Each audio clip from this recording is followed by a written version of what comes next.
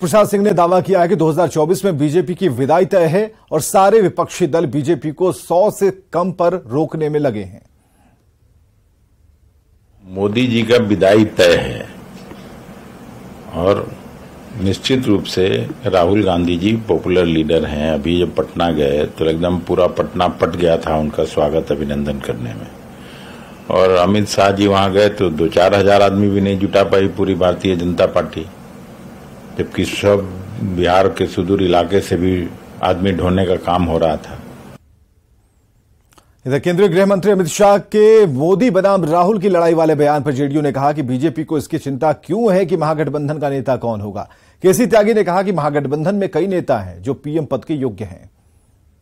हमारे गठबंधन का कौन नेता होगा, क्या कार्यक्रम होगा, ये भारतीय जनता पार्टी की चिंता क्यों? हमारे पास प्रधानमंत्री पद के लिए जो योग्य व्यक्ति और नेतृत्व है उसका अंबार है। शरद पवार से, नीतीश कुमार से, राहुल गांधी जी से, खड़गे जी से, किस किस के नाम लूं, ममता जी से, एक से एक अनुभवी नेता हम लोगों के पास है। और बड़ी खबर लखीसराय से, जहां पटना किऊल रेलखंड के गंगासराय हॉल्ट के पास रेलवे ट्रैक से एक दंपति के शव शत विक्षत हालत में मिले हैं। बढ़िया पुलिस और किऊल रेल पुलिस मौके पर पहुंचकर शव पोस्टमार्टम के लिए सदर अस्पताल भेज दी है। बढ़िया थाने के जैतपुर के अमित सिंह और उनकी पत्नी हीरा देवी के शव रेलवे ट्रैक के पास से बरामद किए गए और बताया जाता है कि दोनों गंगासराय से भागलपुर जा रहे थे और इसी दौरान यह हादसा हुआ। पुलिस मामले की जांच में जुट गई है। रामनंदन सिंह, जिनकी उम्र 40 वर्ष थी, और उनकी पत्नी हीरा देवी, दोनों का शव डाउन रेलवे ट्रैक पर बरामद हुआ है गंगासराय होल्ट के और डुमरी होल्ट के बीच में। दोनों के शव को हम लोग अपने कब्जे में लेकर पोस्टमार्टम की प्रक्रिया कर रहे हैं। परिजन के आवेदन के बाद उन पर कार्रवाई की जाएगी। घटना के तो अभी कहना संभव नहीं है, चूंकि दोनों को उठाए हैं और बहुत क्षत विक्षत अवस्था में बॉडी है। इस चलते हम लोग पहले पोस्टमार्टम कराते हैं, फिर परिजन से मिलकर आगे की कार्रवाई करेंगे। वो लोग का प्राइमा फेसी देखने पे ये लगा कि वो लोग टिकट लेकर के यात्रा कर रहे थे, गंगासराय से भागलपुर की तरफ जा रहे थे, डाउन ट्रैक पे चल रहे थे। लगभग 45 वर्ष के आसपास का दोनों आदमी का उम्र है, पति पत्नी लोग हैं लोग।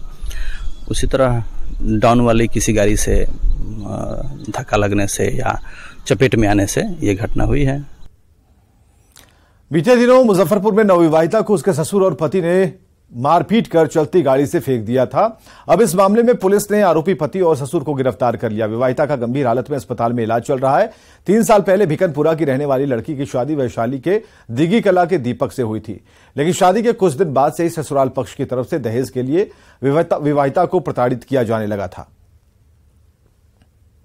वालों के द्वारा मारपीट कर सड़क पर फेंक कर वो लोग चले गए। इस संदर्भ में अनुसंधान के क्रम में कुछ बिंदुओं पर जांच करने पर कुछ लोगों के विरुद्ध सत्य पाया गया और उनकी गिरफ्तारी की गई है।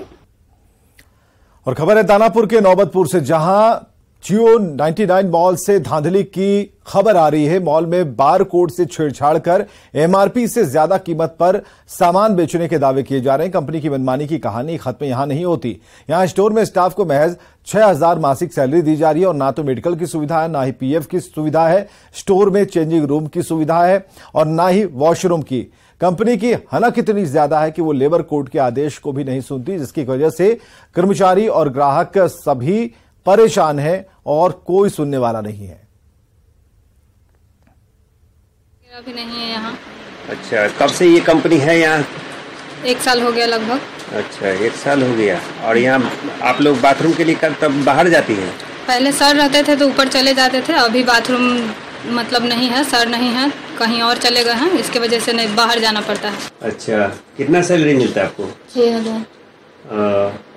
और कोई मामला है क्या आपके साथ? 1 साल से काम कर रहे हैं। और यहाँ सुविधा वगैरह के नाम पे?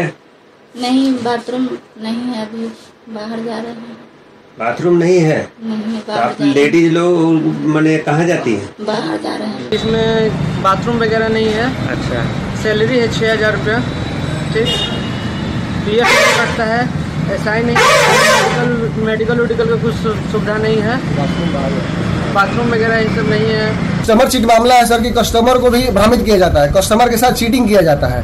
कोई प्रोडक्ट है 99 रुपए का, उसका एमआरपी हैंड बारकोडिंग, जो कि ये गलत है। कहीं भी रिटेल में किसी भी मॉल में आप हैंड बारकोडिंग नहीं कर सकते, मैनुअल नहीं कर सकते। मैं आपको करीब 500 कपड़े दिखाऊंगा जिसपे हाथ से लिखा हुआ है 99 रुपए कपड़ा है और 119 उसका दाम लिया जा रहा है कस्टमर से। ये सबसे बड़ा फ्रॉड किया जा रहा है सर। एक कस्टमर का मेरे पास बिल भी है, वो लगभग लखनऊ चले गए हैं। नवादा से बड़ी खबर है, ठनका से 3 युवकों की मौत हो गई। एक युवक बुरी तरह से झुलस गया है। खेत पर ये सभी युवक गए हुए थे और बारिश में एक छोटे मकान में छिपे थे और उसी मकान पर ठनका गिरा। वारसलीगंज के आजमपुर गांव की यह घटना है। बड़ी खबर नवादा से, और ठनका से 3 युवकों की मौत हो गई। बारिश होने लगी, ये तीनों युवक खेत में गए थे और एक छोटी सी वहां झोपड़ी थी, मकान था, उसमें छिपे थे और उसी मकान पर ठनका गिरने से तीनों की मौत हो गई।